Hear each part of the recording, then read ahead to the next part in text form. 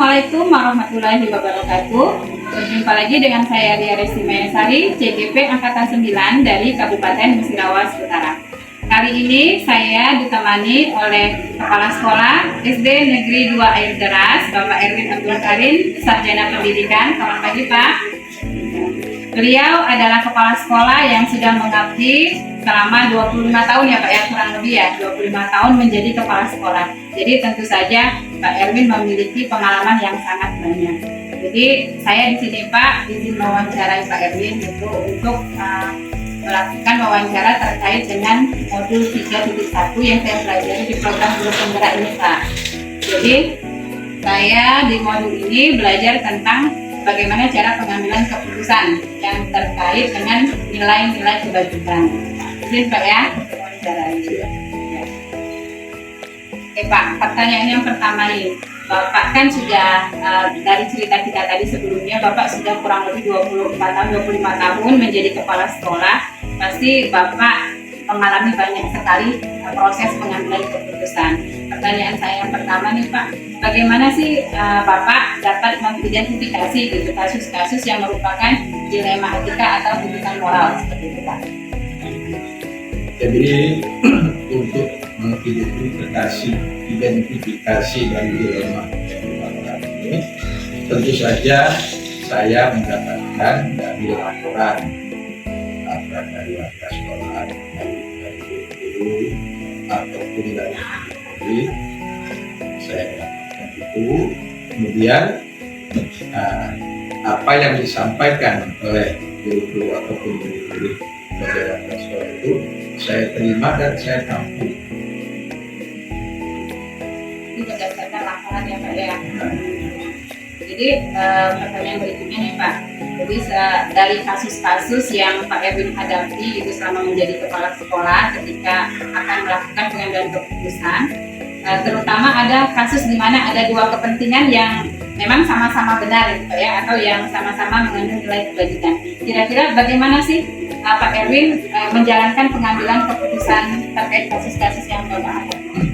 Ini memang agak sulit karena kalau saya pertimbangkan dua-duanya baik, tetapi mau tidak mau harus kita pilih yang terbaik. Yang terbaik di sini adalah menguntungkan bagi semua warga sekolah, baik itu untuk kepentingan sekolah, kepentingan guru-guru, dan juga kepentingan semua warga sekolah. Karena itu tidak mungkin saya langsung mengambil keputusan, tetapi saya mengumpulkan semua dewan guru. Untuk guru-guru yang senior, saya ajak ke ruang rapat mungkin, atau saya panggil ke ruangan saya. Kami bermusyawarah akan mencari jalan yang terbaik untuk mengambil suatu kesimpulan dalam kasus tersebut. Jadi Bapak ketika akan melakukan pengambilan keputusan, Bapak pertama Bapak memanggil dulu yang terlibat gitu Pak ya. Betul, orang yang terlibat, siapa saja yang terlibat, kemudian Bapak juga mengambil keputusan berdasarkan musyawarah gitu Pak ya. Pak. Nah, dari ketika Bapak mengambil keputusan yang selama ini Bapak lakukan, sekiranya pengambilan keputusan itu yang Bapak anggap paling efektif Pak dalam proses Bapak mengambil keputusan itu dalam hal yang seperti apa Pak? Yang paling efektif yang pastinya setelah kami melaksanakan musyawarah dengan guru, dengan warga sekolah, bahkan kita bisa melibatkan anak-anak. Kita libatkan semuanya. Setelah kita ketahui mana yang terbaik, akhirnya saya ambillah keputusan. Dan keputusan yang saya ambil ini pasti ini tidak akan merugikan pihak-pihak yang lain. Karena semuanya baik, kita disampaikan tadi dalam musyawarah, kita hanya mengambil yang terbaik. Artinya yang paling menguntungkan. Walaupun dua-duanya baik, tetapi harus kita pilih salah satu yang terbaik. Sehingga setelah melakukan musyawarah, jelas tidak akan ada lagi protes dari yang bersangkutan. Musyawarah ya Pak ya. Betul. Nah, kemudian adakah Pak tantangan yang Bapak alami gitu ketika Bapak mengambil dalam proses pengambilan keputusan? Apakah pernah ada tantangan yang Bapak alami dalam proses ini? Iya, yang namanya manusia pasti ada. Ketika kita mengajak mereka bermusyawarah, mungkin ada di antara rekan-rekan kita, terutama guru-guru yang merasa dirinya mempunyai kemampuan yang lebih, itu memberikan masukan-masukan. Dan masukan ini kadang-kadang tidak bisa diterima oleh semua pihak. Nah, karena itulah tantangan yang seperti itu yang harus saya ambil yang salah satunya. Jadi walaupun tantangan dari salah satu atau dua orang guru yang menginginkan kasus yang ini yang terbaik, tetapi tetap karena kesimpulannya itu ada di tangan kepala sekolah yang tidak mau, saya biasanya mengambil suara terbanyak. Kalau seandainya harus dilakukan voting, itu dilakukan sesuai suara terbanyak. Sehingga secara demokrasi, warga, sekolah, terutama yang tadi ada kan guru yang kurang setuju, tetapi karena ini diambil secara demokrasi, mau tidak mau mereka turut apa yang telah menjadi keputusan yang diambil oleh sekolah. Kemudian adakah Bapak memiliki jadwal tertentu atau tata caranya gitu ya dalam penyelesaian kasus dilema etika gitu? Kemudian apakah Bapak langsung menyelesaikan ketika ada permasalahan, Bapak langsung menyelesaikan permasalahan itu di tempat, atau Bapak memiliki sebuah jadwal atau waktu tertentu di mana Bapak akan melakukan penyelesaian dari kasus tersebut? Dari banyak kasus yang saya temukan itu relatif. Artinya ketika suatu kasus harus segera diselesaikan, saya selesaikan tanpa menunggu jadwal. Tapi ketika kasus itu memang masih agak longgar, waktunya lama, itu menjadi kita buat jadwal dulu. Karena tidak semua kasus harus dikerjakan saat itu. Ada kasus yang bisa kita tunda, ada yang harus segera diselesaikan. Jadi ketika kasusnya memang harus diselesaikan, saya selesaikan secepatnya tanpa menunda. Berarti tergantung seberapa berat kasus tersebut. Jadi kalau untuk jadwal tergantung kasus yang dihadapi, ya, yang ditentukan dengan jadwal. Baik Pak, kira-kira adakah gitu seseorang atau faktor-faktor apa yang selama ini mempermudah atau ketika Bapak dalam mengambil keputusan itu jadi lebih mudah? Adakah faktor-faktor yang terlibat atau orang yang terlibat di dalam keputusan Bapak? Tentu saja banyak, karena faktor untuk menentukan suatu kesimpulan ataupun keputusan, kalau kita melakukannya secara musyawarah dan kita ambil mufakat, tentu semuanya mendukung. Tidak ada yang diajak bermusyawarah itu tidak mendukung. Kalau mereka tidak mendukung, berarti mereka sendiri yang tidak mau ikut kegiatan bermusyawarah. Jadi kendala-kendala yang saya hadapi selama ini boleh dikatakan hampir tidak ada, khususnya untuk etika, moral, etika dan etika. Beda dengan kalau etika moral. Ya, nah, kalau itu beda. Tapi kalau untuk etika hampir tidak ada. Baik Pak, kita sampai pada pertanyaan terakhir nih Pak. Jadi dari semua hal tadi yang telah Bapak sampaikan, saya juga banyak belajar dari pengalaman Bapak yang sudah 25 tahun menjadi kepala sekolah. Nah, kira-kira nih menurut Bapak nih, pembelajaran apa sih yang dapat kita petik dari pengalaman Bapak itu? Khususnya untuk saya nih sebagai guru muda lah, ya, seperti itu. Kira-kira apa nih?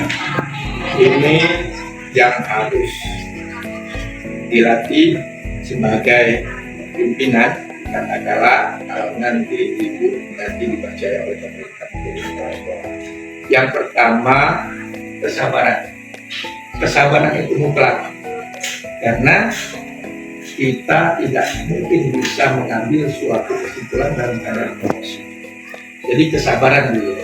Kemudian yang kedua, kita di dalam mengambil keputusan jangan kehendak kita sendiri. Jadi kita sebagai kepala sekolah tidak boleh memperlihatkan. Kita libatkan semua keluarga, terutama kita hargai guru-guru yang senior, kemudian yang muda-muda, dan camkan ingat, sebagai kepala sekolah saya mengalami bahwa kalau kita menganggap guru-guru itu sebagai bawahan kita, maka kita tidak akan bisa melakukan penyelesaian kehendak kita sendiri.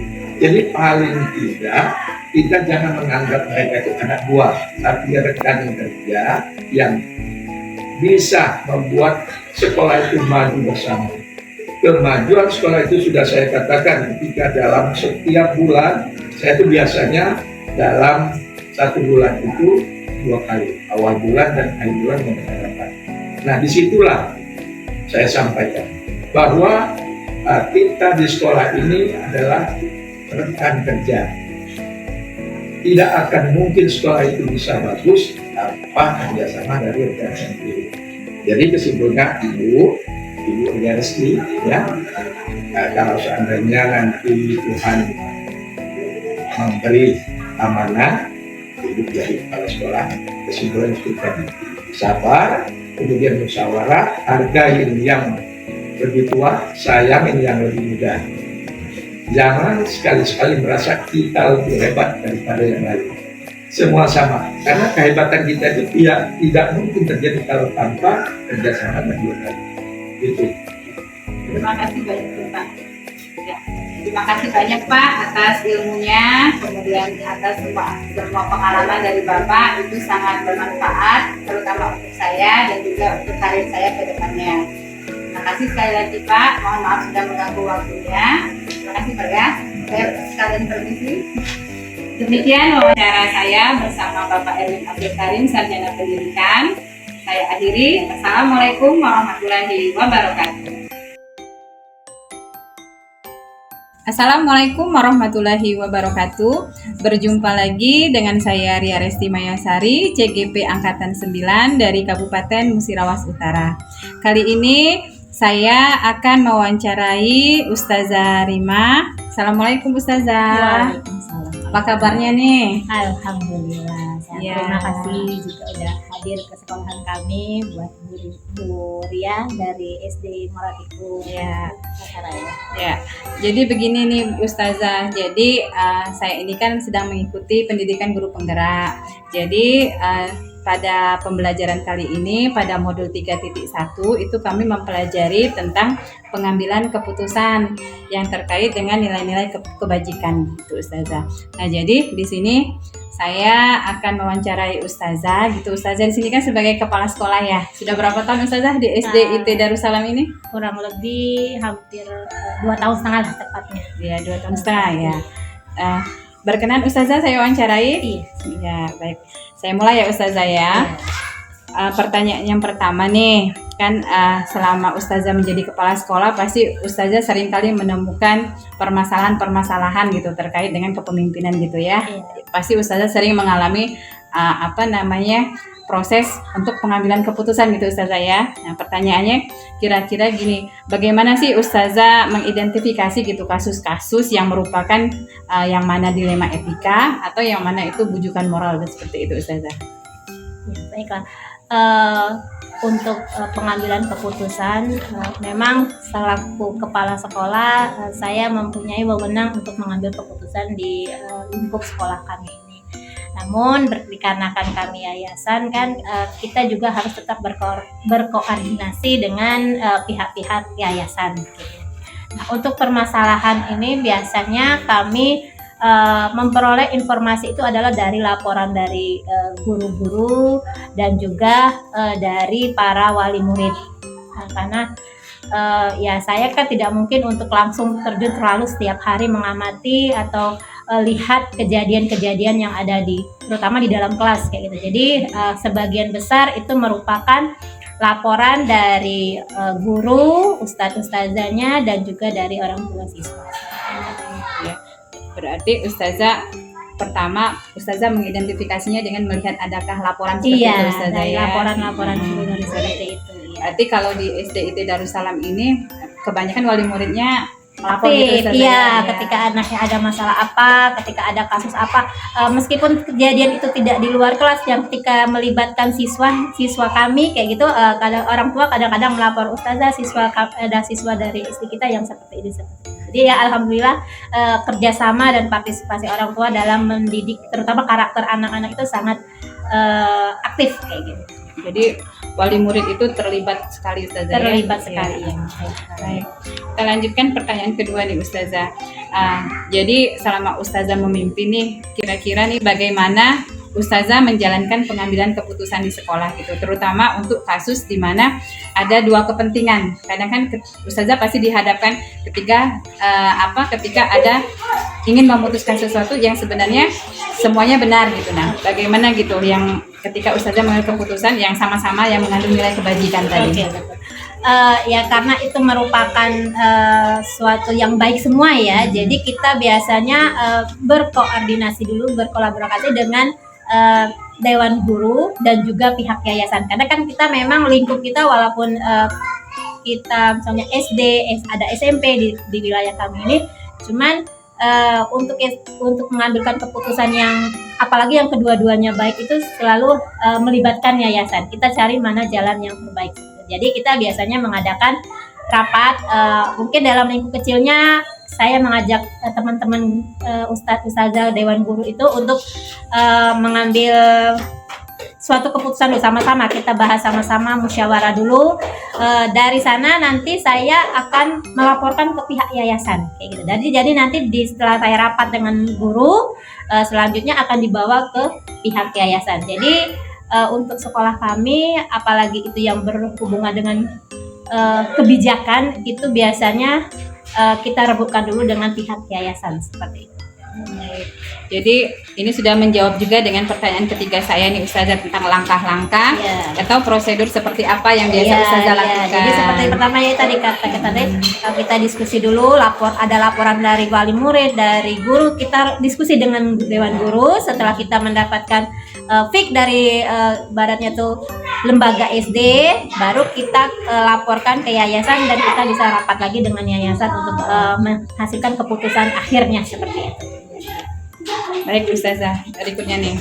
Biasanya hal-hal apa saja yang selama ini Ustazah anggap itu paling efektif itu dalam pengambilan keputusan pada kasus-kasus dilema etika yang Ustazah hadapi gitu.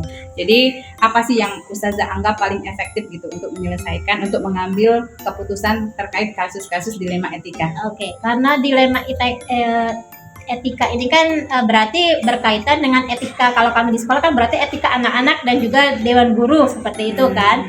Nah jadi berdasarkan dari kasus yang sering terjadi, kita akan mengambil keputusan secara musyawarah tadi. Jadi kita lakukan musyawarah, setelah itu kita ambil kalau memang itu perlu ibaratnya tuh dilema itu cukup rumit atau agak sulit diputuskan, berarti kita ambil voting dengan suara yang terbanyak, kira-kira kebijakan apa yang kita harus ambil dalam menghadapi dilema tersebut.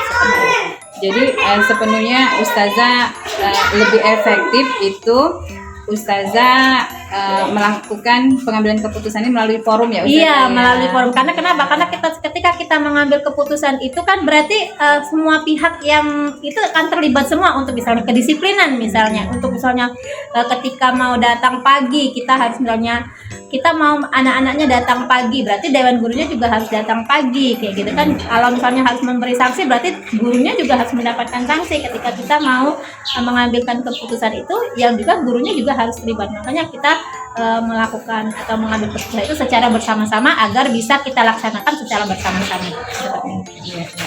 Nah, Ustazah nih satu lagi, masih pertanyaan kelima. terkait dengan pengalaman Ustazah nih. Jadi selama ini menurut Ustazah, tantangan apa sih yang Ustazah hadapi gitu dalam ketika Ustazah mengambil keputusan pada kasus-kasus dilema yang Ustazah alami seperti itu? Ya mungkin kesulitannya secara garis besarnya tidak terlalu, tapi memang ada lah beberapa ya, misalnya namanya manusia ya, tidak ada yang sempurna, mungkin ya ada beberapa lah yang mungkin mereka lalai kayak gitu untuk melakukan, tapi pada dasarnya tidak terlalu mengalami kesulitan. Cuman ya tadi kita ya namanya kondisi kan, kadang-kadang ya adalah sedikit human error kayak gitu, tapi selebihnya alhamdulillah selama ini berjalan dengan baik.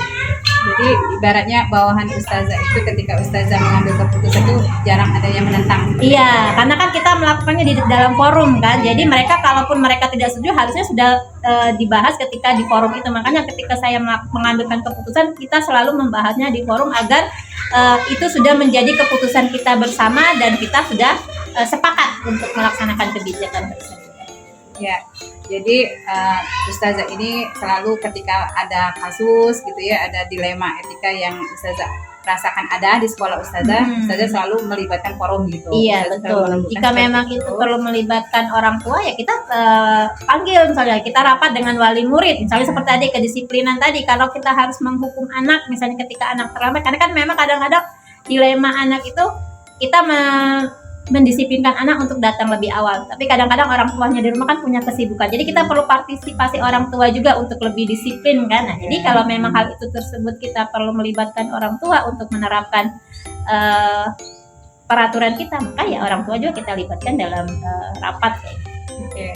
Selanjutnya nih Ustazah, kira-kira ketika Ustazah melakukan penyelesaian pada sebuah kasus dilema gitu, kira-kira Ustazah ini melakukan pengambilan keputusan itu, apakah Ustazah langsung menyelesaikannya saat kejadian itu juga, atau memang Ustazah sudah memiliki jadwal gitu untuk menyelesaikan, misalnya bentuk atau prosedur seperti apa yang akan Ustazah jalankan gitu? Oke.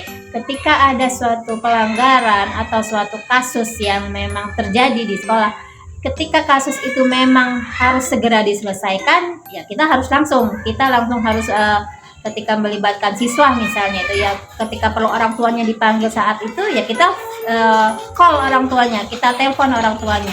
Ya, kalau memang orang tuanya dalam kesibukan kan berarti itu memang dari pihak orang tuanya yang tidak bisa. Tapi kalau memang orang tuanya bisa ya hari itu juga kita selesaikan. Nah, jika itu kasus-kasus misalnya bentuk laporan yang tadi saya bilang bisa kita selesaikan, ada jadwal ketika untuk diselesaikan di forum rapat, maka kan kita harus membutuhkan jadwal kalau untuk rapat. Tapi kalau memang itu harus saat itu ya kita kerjakan saat itu. Jadi tergantung situasi atau tergantung permasalahan yang kita hadapi gitu.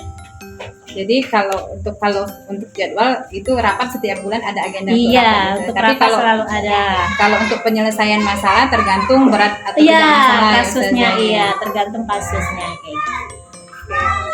Berikutnya Ustazah, adakah seseorang atau faktor-faktor apa sih yang selama ini mempermudah atau yang selama ini selalu membantu Ustazah untuk pengambilan keputusan? Ya, itu tadi ya, karena kita dalam suatu lembaga ini ada kerjasama ya, tentunya kita tidak bisa bekerja sendiri ya, tadi kerjasama dukungan dari guru, kerjasama orang tua, dan juga mungkin karena kami yayasan kan support dari yayasan ketika kami benar-benar misalnya mengalami kendala yang cukup sulit, pihak yayasan langsung turun untuk membantu kami. Jadi lembaga, guru, dan orang tua berperan sih dalam pengambilan keputusan yang mempermudah segala permasalahan yang ada pada negara. Jadi guru, orang tua, yayasan juga Ustazahnya. Iya. Oke Ustazah, ini sampai kita pada pertanyaan terakhir nih. Jadi dari semua apa yang telah Ustazah alami, pengalaman yang sudah Ustazah sampaikan juga, kira-kira pembelajaran apa yang dapat kita petik dari pengalaman Ustazah dalam mengambil keputusan dilema etika itu, Ustazah? Iya itu. Yang pertama, kalau menurut saya pengambilan keputusan itu memang pada dasarnya ada pada pimpinan. Tapi alangkah baiknya jika suatu permasalahan itu kita sampaikan dulu kepada pihak-pihak yang memang sebenarnya juga mengalami hal tersebut. Ya, seperti kalau di sekolah kan ada guru, ada wali murid ya. Jadi itu kita sampaikan dulu, mungkin mereka ada solusi yang lebih baik karena mereka yang menghadapi siswa sebenarnya. Kalau saya kan sebagai kepala sekolah mungkin ya hanya waktu-waktu tertentu, mungkin tidak setiap hari menghadapi siswa kayak gitu. Jadi setiap permasalahan yang ada, laporan yang guru-guru sampaikan kita terima, kita tampung, nanti kita kembalikan lagi kepada guru-guru. Kita sampaikan apa sih kira-kira menurut mereka solusi yang lebih baik kayak gitu. Kalau memang masalah itu lebih berat, kita bisa bantuan ke dinas, ke yayasan kalau kita sepertinya. Begitulah. Baik Ustazah, terima kasih. Mohon maaf telah mengganggu waktunya. Ya, terima kasih banyak. Semoga apa yang Ustazah sampaikan ini bisa juga menjadi bekal saya untuk pendidikan guru penggerak ini, juga untuk pengalaman saya dan untuk pengalaman kerja saya juga untuk selanjutnya. Terima kasih Ustazah. Iya, sama. Demikian wawancara saya bersama Ustazah Rima Belina, SE SPD, Kepala Sekolah SD IT Darussalam Natural School. Wassalamualaikum warahmatullahi wabarakatuh.